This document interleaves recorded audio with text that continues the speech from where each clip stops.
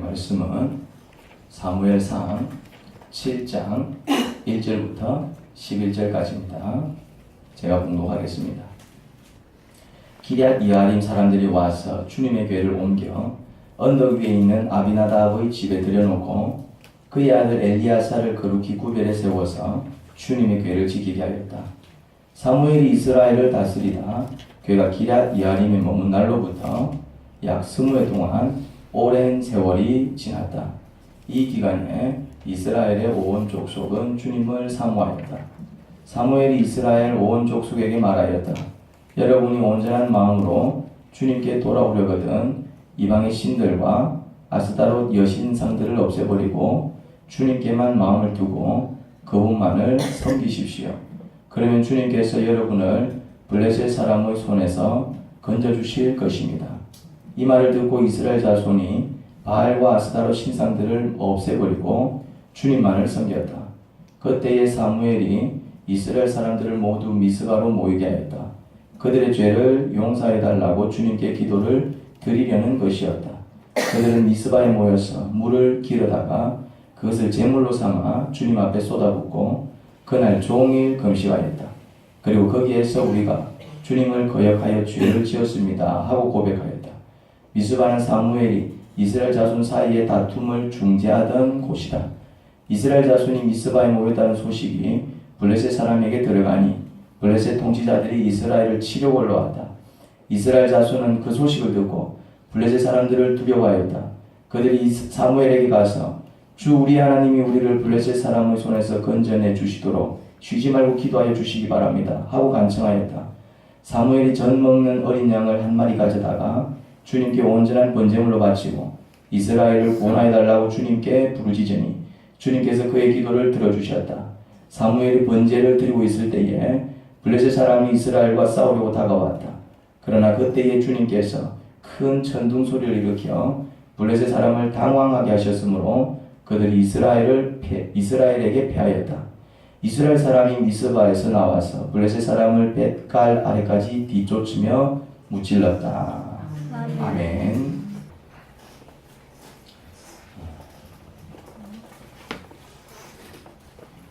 네, 언약궤가 다시 이스라엘로 돌아왔습니다. 지난 시간에 함께 살핀 내용입니다. 블레셋 나라가 언약궤 때문에 많은 재앙과 저주로 시달리다 못해 언약궤를 다시 이스라엘로 돌려보냈죠. 그렇게 돌아온 언약궤는 기럇 여아림 사람들이 그 궤를 그들의 마을로 가지고 갔지요. 그리고 아미나답이라는 사람의 집에 그것을 들여놓고 그의 아들을 구별해서 세워서 그 언약궤를 지키게 했습니다. 언약궤를 기럇 여아림에 가지고 온 지 20년이 지났어요. 근데 그동안에 달라진 게 한 가지 있었습니다. 이스라엘 백성의 신앙 태도였습니다. 2절을 보겠습니다. 뭐라고 합니까? 이 기간에 이스라엘의 온 족속은 주님을 사모하였다라고 하지요. 아니 그들 마음대로 살던 이스라엘 백성이 그래서 전쟁이 일어났을 때 하나님의 도움을 받지 못해서 크게 패했던 사람들이 그 이후 20년 동안에는 하나님을 사모하게 되었습니다. 전쟁에서 패하고 혼쭐이 난 뒤 정신을 차리고 신앙을 회복한 것일까요? 이게 어찌된 일일까요? 3절을 보지요. 사무엘이 이스라엘을 가르쳤습니다. 그런 내용이 나옵니다. 사무엘이 이스라엘을 가르쳤어요. 4절입니다. 이스라엘 백성이 사무엘의 가르침에 순종했지요. 그리고 5절입니다. 사무엘이 사람들을 미스바로 불러 모았습니다. 그들에게 자복 기도를 시키기 위해서였습니다. 그런데 6절을 보니까 백성들이 그곳에 모여 종일 금식하며 자복 기도하였습니다. 어떻습니까? 하나님을 향한 그들의 신앙이 회복된 게 느껴지십니까? 그렇습니다. 우리가 실패하는 이유가 무엇일까요? 왜 정말 하나님의 도움이 필요할 때 하나님은 우리를 도와주시지 않고 실패를 겪도록 내버려 두시는 것일까요? 많은 사람들이 이렇게 말합니다. 나는 착하게 살았는데도 이상하게 하늘은 나를 돕지 않더라 그러죠. 선하게 살았는데 하는 일마다 안 되더라 그러죠. 그렇게 이야기하는 사람들이 의외로 많습니다. 사람들이 생각하는 착함은 무엇일까요? 나는 착하게 살았는데, 나는 죄 안 짓고 살았는데, 나는 선하게 살았는데, 왜 나는 하는 일마다 안 돼?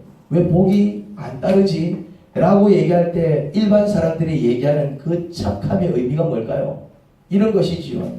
남에게 몹쓸 짓 하지 않고 내일 열심히 하며 사는 게 착하다라고 생각합니다.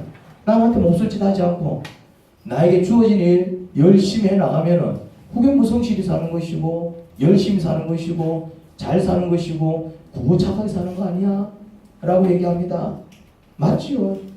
하지만 그게 착함 전부는 아니더라 이 말이죠. 그게 착함의 전부는 아니더라 이 말이에요. 단지 남에게 몹쓸 짓을 하지 않고 열심히 살았다고 해서 착함의 일부는 될 수 있겠죠.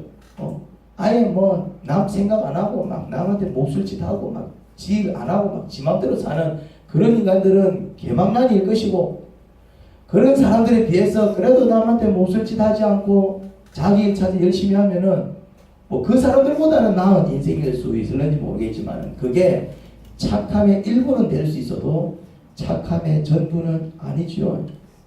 그러면 정말 착함이 뭘까요? 정말 착함. 정말 착함이 뭘까요? 자기 자신이 죄인이라는 사실을 깨닫고 자기 허물을 하나씩 고쳐나가는 게 정말 착한 것입니다. 뭐라고요? 자기 자신이 죄인이라는 사실을 깨닫고 자기 허물을 하나씩 고쳐나가는 게 정말 착한 것이에요. 우리 교회에서 제일 착한 사람이 누구일까요? 우리 교회에서 제일 착한 사람.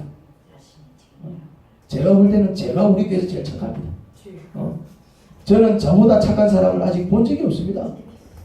저는 41년을 살면서 귀에 딱지 않게 들었던 말이 뭐냐면, 야, 참 이대훈 형제는 참 착하네. 그 말을 저는 귀에 딱지가 않도록 들었어요. 저는 정말 그 소리를 귀에 딱지가 않도록 들었습니다. 저는 학교를 다닐 때 모범생이었습니다. 조용하다고 칭찬 들었고 공부 잘한다고 칭찬 들었고, 저는 참 조용한 편이었고 사고 안 치는 형이었죠. 조용하니 무슨 사고를 치겠어요. 그리고 저는 공부를 잘했었어요. 진짜로 잘했었습니다. 시험을 치면은 90점 이상을 받으면은 평균 90점 이상이 되면 항상 상장을 줬는데 저는 그 상장을 한 번도 안 받아본 적이 없어요. 그럼 잘한 거 맞죠? 저는 그 나중에는 지경 갖고 집에 막 수십 장이 쌓이더라고. 이제 매달 주니까네. 남들은 그 한 장 받아볼게라고 애를 썼지만은 저는 학교 6년, 3년, 9년 다니면서 수십 장 쌓이니까네. 뭐 저는 별로 뭐 그거를 가치게 생각지도 못했어요. 종이로밖에 안 보이더라고요. 자기 일 열심히 한다고 칭찬 들었습니다. 저는 어떤 일이 맡겨지면은 진짜 내가 생각해도 목숨 걸고 하는 어떤 성향을 좀 가지고 있어요. 저는 가정에서 착한 아들이었습니다. 아버지는요, 만나는 사람들한테 저를 착하다고 칭찬했고 어머니가 늘 저에 대해서 그렇게 말했습니다. 교회에서 저는 칭찬을 정말 많이 들었습니다. 저는 어느 정도까지 소리를 들었냐면은, 여러분 정말 하나님께 사랑받고 복받기를 원하면은 이대호만큼만 하세요. 저는 그런 소리를 정말 많이 들었어요. 진짜입니다. 제가 밖에서 사회생활할 때 교수님, 친구, 목사님, 막 동기들 하나같이 저를 착하다 칭찬했습니다. 왜 그랬을까요? 그들은 왜 저를 칭찬했을까요? 왜 착하다 그랬을까요? 이유는 한 가지였습니다. 제가 남에게 몹쓸 짓 하지 않고, 그리고 부탁하면 웬만하면 다 들어주니까. 웬만하면 다 들어주니까. 심지어 교수가 대원아 이거 좀 번역해서 와 그러면은 제가 번역까지 해드렸어요. 거기 교수님한테. 어느 학생이 교수가 번역해달라고 해서 번역해서 갖다 바칩니다. 저는 번역해달라면 번역해서 갖다 바쳐. 남들한테 들어보니까 다 용돈 받고 그 뭐지 번역해준다 그러더라고요. 뭐 교수님 됐어요. 저는 그냥 해드리겠습니다. 웬만하면 다 들어줘. 저는 그거 이제 번역하고 해서 이제 그냥 며칠 밤을 새는 거지 이제. 내가 영어 실력이 뛰어난 것도 아닌데. 정말 열심히 사람이었거든요. 저는 지금도 그렇게 살고 있습니다. 그런데요, 사는 게 너무나도 힘들었습니다. 저는 41년을 살면서 착하다. 그 말은 귀에 딱지가 앉을 정도로 들으며 살았지만 그렇게 행복한 적이 별로 없었습니다. 늘 사는 게 힘들었습니다. 그런데 그 이유를 정말 늦게 깨달았어요. 진리를 늦게 깨달은 것이지요. 착하게 살았는데 늘 힘들었던 그 이유. 착하게 살면은, 선하게 살았으면 복이 넘쳐가지고 늘 행복하고 기뻐야지. 사람들한테는 착하다 착하다 착하다 그 소리를 귀에 딱지가 않도록 듣는데 나는 늘 괴롭고 힘들었던 이유는 제가 착한 사람이 아니었기 때문이죠. 저는 죄인인 것입니다. 이 자리에 앉아있는 사람 중에 착하게 안 사는 사람이 있습니까? 이 자리에 앉아 계시는 분들 중에 착하게 안 사시는 분들 계십니까? 남에게 몹쓸 짓을 하지 않고 오히려 남들에게 도움을 주면서 바르게 열심히 살려는 사람들 아닙니까? 저만 그렇게 살았습니까? 여러분들은 그렇게 안 살았어요? 살았습니다. 그렇게 살았습니다. 그래서 참 착하네, 누구는 참 성실하네, 야 사람이 저래야지, 저 양반 사람 됐다, 참 열심히 사네, 그런 소리 듣지 않았습니까? 들었습니다. 그런데 사는 게 편합니까? 행복합니까? 하는 일마다 잘 되고 늘 좋은 일만 있습니까? 아니면 그 반대입니까? 아닙니다. 없습니다. 없다는데요. 저는 별로 저의 죄악을 드러내며 살지 않았어요. 제 속에 있는 죄악을 드러내며 살지 않았을 뿐이에요. 왜? 그것을 드러냈을 때 어떤 소리를 들을지 아니까. 그게 나를 어떻게 평가하는 기준이 될지 내가 뻔히 아니까 그 소리 듣기 싫어서 제 속의 죄악을 감추며 산 것이지. 그러니 사람들이 저를 착하게 본 거지요. 그런데 제 속에 온갖 죄악이 얼룩져 있었어요. 그게 저를 병들게 만들고 저를 아프게 만들고 저를 힘들게 만들고 저를 불행하게 만들었던 것입니다. 제가 몇 년 전까지만 해도 다른 것은 몰라도 착하다는 것에 대한 자부심을 가지고 살았습니다. 그런데 그 자부심을 쓰레기통에 갖다 버렸습니다.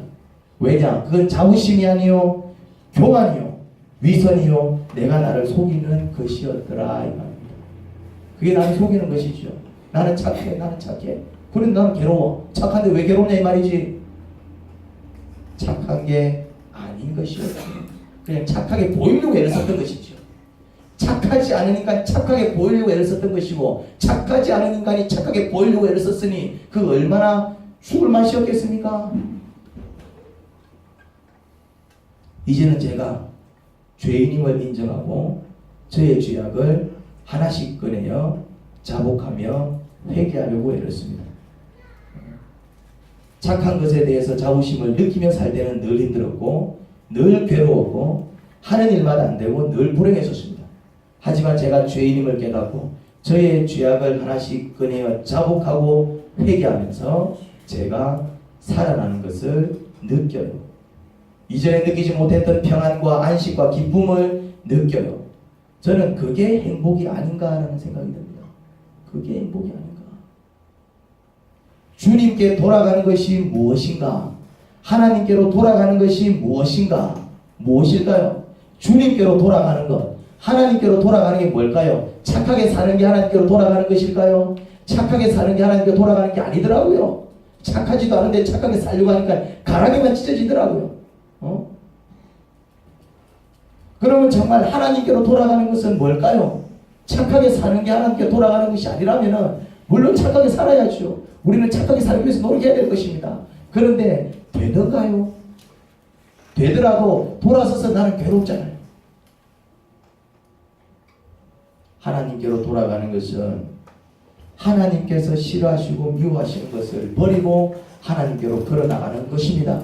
뭐라고요? 하나님께서 싫어하시고 미워하는 것을 버리고 하나님께로 걸어나가는 것. 3절을 보면 이것을 버리고 저것을 버리는 말씀이 나옵니다. 그들이 뭐 하기 시작했다고요? 그들이 버리기 시작했어요.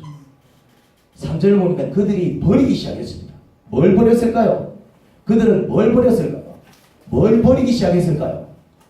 하나님께서 싫어하시고 미워하시는 것을 버리기 시작했던 것입니다. 그리고 6절을 보면 그들이 그들의 죄악을 자복하고 회개하는 말씀이 나옵니다. 죄악을 자복하고 회개했다라는 말씀은 무슨 의미일까요? 그들이 죄인임을 인정했다는 뜻이잖아요. 그들이 자기 허물을 드러내기 시작했다는 뜻이잖아요. 그리고 그 죄악에서 건짐받기를 원하고 스스로 걸어나올 수 없고 스스로 그 죄악을 끊을 수 없으니 하나님 나를 구원해 주시고 그 죄악에서 건져 주셔서 이제는 죄악된 인생이 아니라 정말 주님께서 기뻐하시는 참된 인생 살아갈 수 있도록 도와주세요 라며 기도하기 시작했다라는 말이죠. 정말 신기한 게 뭐냐면 하나님께서 미워하시고 싫어하시는 것을 버리고 나니까 그들 자신이 죄인임을 인정하고 금식하며 그들의 죄악을 자복하니까 그전까지 그들과 함께 하시지 않던 하나님께서 그들을 위해 움직이기 시작하셨습니다. 하나님께서 언제 움직이기 시작하셨다고요? 그들이 스스로 죄인임을 깨닫고 자기 업무를 자복하고 회개하기 시작할 때 비로소 누가 움직이기 시작하셨다고요? 하나님이 움직이기 시작하셨습니다. 7절부터 11절입니다. 7절을 보니 이스라엘 자손이 미스바에 모여있을 때 블레셋 사람들이 이스라엘을 치러 왔습니다. 이스라엘은 영거포 이스라엘 백성을 쳐서 이겼던 족속입니다. 이스라엘 백성은 늘 블레셋과 싸워서 져서 많이 두들겨 맞고 심지어 언약궤도 빼앗겼고 그렇게 많이 어려움과 아픔을 겪었지요. 그런 블레셋 그들한테는 강한 나라입니다. 강한 족속입니다. 그 족속이 또 쳐들어온 거야. 그 소식에 이스라엘 자손은 두려워 떨기 시작합니다. 또 우리 주 터지게 생겼구나. 그래서 8절 이스라엘 자손은 사무엘을 찾아가 뭘 부탁합니까? 기도를 부탁하죠. 기도를 부탁하죠. 기도를 부탁했다는 얘기는 무슨 말입니까? 지금 블레셋이라는 족속이 쳐들어왔는데 늘 번번이 여러 번 이전에 싸움을 했지만 그때마다 늘 깨지고 상하고 무너지고 많은 사람들이 죽어나가고 심지어 언약궤까지 빼앗기고 그렇게 블레셋으로부터 아픔과 고통을 많이 당했어요. 그 블레셋이 또 쳐들어왔으니 죽었구나. 우리 또 죽었구나. 스스로 그 문제를 해결할 수 없으니 누구를 찾아갔다? 하나님을 찾아간 것이죠. 사무엘에 따라서 우리를 위해서 좀 기도 좀 해주세요 라고 얘기한 것은 결국 기도는 누구한테 드리는 것입니까? 하나님한테 우리의 사정을 알려서 하나님의 도움을 받을 수 있도록 하나님한테 좀 기도 좀 해주면 안 되겠습니까? 라고 사무엘한테 부탁을 한 것은 결국 이스라엘 백성들이 그 도움을 누구한테 구하기 시작했다? 하나님한테 구하기 시작합니다. 9절을 보니 사무엘은 이스라엘을 살려달라고 부르짖으며 기도했습니다. 그런데 10절을 보니 어떤 일이 벌어졌습니까? 하나님께서 멀쩡한 하늘에 갑자기 천둥을 치게 하셔서 블레셋 사람들을 놀라게 만드셔서 그들로 전쟁에 패하게 하셨습니다. 정말 어처구니 없이 블레셋 사람들이 패했어요. 마른 하늘이었어요. 마른 하늘이었는데 블레셋 사람들이 막 창을 들고 쳐들어왔는데 뭐가 쳤다? 번개가 그 블레셋 진을 쳐버린 거예요. 번개가. 아니 갑자기 번개가 왜 쳐? 그것도 전쟁을 앞두고 말이지. 이제 이스라엘 백성을 치려고 다 왔는데 하늘에서 천둥 번개가 이스라엘 블레셋 진을 때려버린 거예요. 이거 누가 친 번개입니까? 하나님께서. 생각지도 못한 일이에요. 번개가 뻥 때려버리니까. 여러분들 번개 맞아본 적 있습니까? 여러분들은 번개 치면은 자 멀리서 번개 치면은 번쩍번쩍번쩍하고 나중에 우릉강강하죠. 그래도 무서워요. 아닙니까? 자 멀리서 번개 칩니다. 자 멀리서.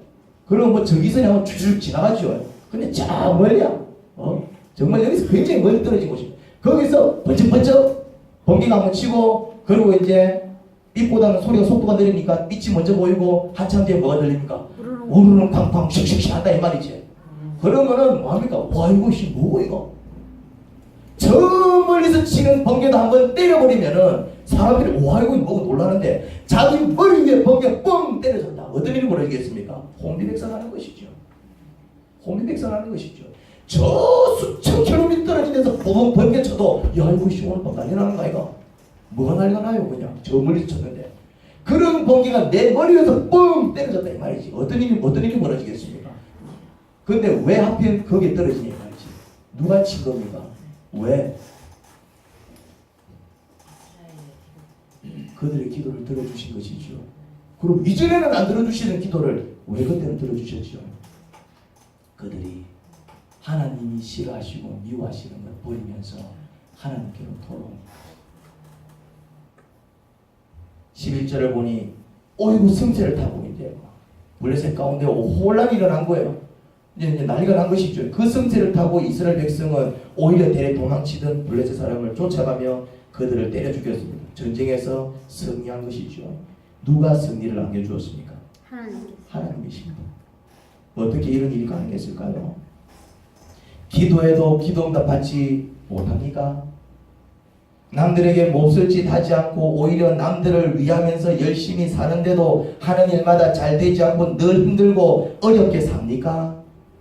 하나님께서 여러분들을 돕지 않으시는 것 같습니까? 찾아내셔야 합니다.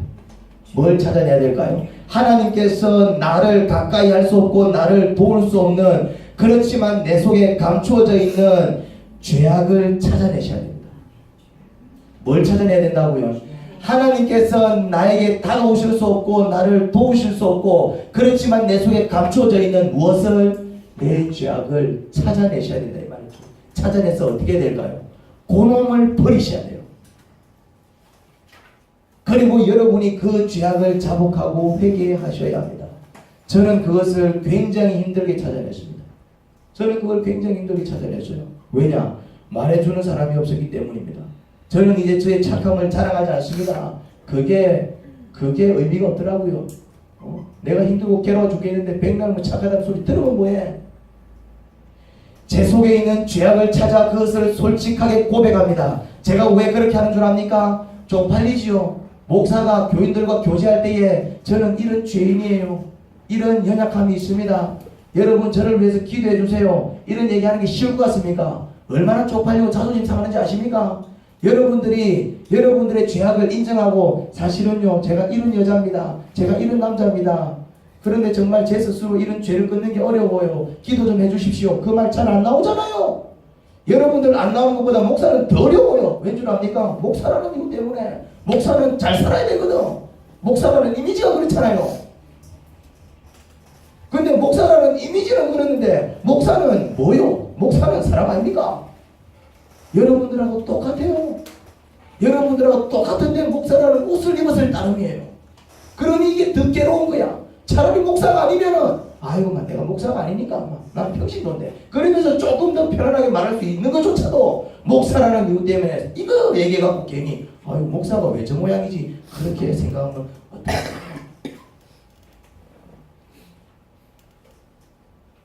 그럼에도 불구하고 제가 왜 그렇게 하는 줄 압니까? 그게 제가 사는 길인 줄 알았기 때문입니다. 그게 제가 사는 길이고 그게 여러분들이 사는 길일 것입니다. 사업이 잘 안 됩니까? 하나님께서 여러분의 사업을 안 도와주십니까? 욕심 때문입니다. 그 욕심 찾아내셔야 됩니다. 가정이 평안하지 못합니까? 자녀가 여러분 마음대로 되지 않지요. 남편 때문에 속상하고 아내 때문에 속상합니까? 이상하게 기도해도 하나님은 내 편 안 돼주신 것 같죠? 욕심 때문입니다. 그 욕심을 찾아내셔야 돼요. 교묘하게 보장되어 있을 겁니다. 합리화시키고 있을 것입니다. 이상하게 사람들과 관계가 형통치 못합니까? 늘 꼬이고 오해가 생깁니까? 기도해도 늘 똑같은 일이 반복됩니까? 욕심이 끼어져 있기 때문에 그렇습니다. 그 욕심을 찾아내셔야 됩니다. 여러분들이 힘들게 사는 이유는 욕심을 부리고 있기 때문이에요. 그 욕심을 버리고 나면 그때부터 평안이 찾아옵니다. 욕심을 버리고 기도해 보세요. 그때부터 여러분들이 원하는 게 이루어집니다. 왜 기도를 해도 응답되지 않는가? 여러분의 기도에 뭐가 얼룩져 있다고요? 욕심이 얼룩져 있기 때문에. 우리의 기도에 뭐가 얼룩져 있다고요? 욕심이 얼룩져 있어요. 그래서 응답이 안 되는 것입니다. 제가 개척을 하고 힘든 순간을 참 많이 보냈어요. 지금도 힘든 세월을 보내고 있지만은 정말 이전에 사람 없고 정말 헌금도 들어오는 거 없고 지금들만 들어오지만은 함께하는 사람도 없고 일꾼도 없고 모든 걸 내가 다 해야 되고 많은 힘든 시간을 보냈습니다. 그때는 몰랐어요. 근데 지금은 제가 압니다. 저는 이렇게 생각했습니다. 개척이니까 당연히 힘들지. 저는 그렇게 생각했어요. 교회를 개척하고 사람 없이 시작하니까 당연히 힘든 거지. 돈 한 푼 없이 그냥 맨땅 헤딩하는데 안 힘든 게 이상한 거지. 저는 그렇게 생각했었어요. 그래서 그 힘듦을 당연하게 생각하고 그냥 참고 견디며 살아왔어요. 그런데 아니었어요. 개척이 힘든 게 아니었습니다. 개척 때문에 힘든 것이 아니었습니다. 사람이 없어서 힘든 게 아니었습니다. 성공하고 싶은 욕심 때문에 힘들었던 것입니다. 성공하고 싶은 욕심 때문에, 이 자리를 빨리 채우고 싶은 욕심 때문에. 지금은 많이 앉아서 지금 거의 다 찼잖아요. 처음에는 서너 명 앉았을 때니까, 몇 년 전만 해도. 지금 억수로 넣은 거예요. 지금 이게 처음에는 서너 명 앉았어요. 근데 그 서너 명이 누군 줄 아십니까? 그 서너 명의 한 명은 우리 집 사람, 그 서너 명의 한 명은 우리 집 딸, 그 서너 명의 한 명은 우리 집 아들. 그럼 서너 명 땡. 이 자리를 빨리 채우고 싶은 그 욕심. 언제쯤 이 자리가 찰까? 언제쯤 이 자리가 찰까? 그 욕심이 나를 힘들게 만들었던 거예요. 사람들이 많이 오면 헌금을 많이 내겠지 하는 그 욕심. 사람들이 좀 와야 헌금도 좀 안 그치겠나? 이래야 교회 우체불로 가겠노? 그게 뭐라고요? 그게 욕심이다 이 말이죠. 우리는 그걸 당연하게 생각하잖아요. 성공하면은 동기 목사들, 선배 목사들이 야, 이 목사 대단하네. 아무것도 없이 맨땅 헤딩해갖고 교회를 이렇게 만들었네. 야, 니 대단하네. 누가 일하노? 그 소리 듣고 싶은 게 전부 욕심이다 이 말이에요. 그게 욕심이다. 욕심이 딴 게 아니고.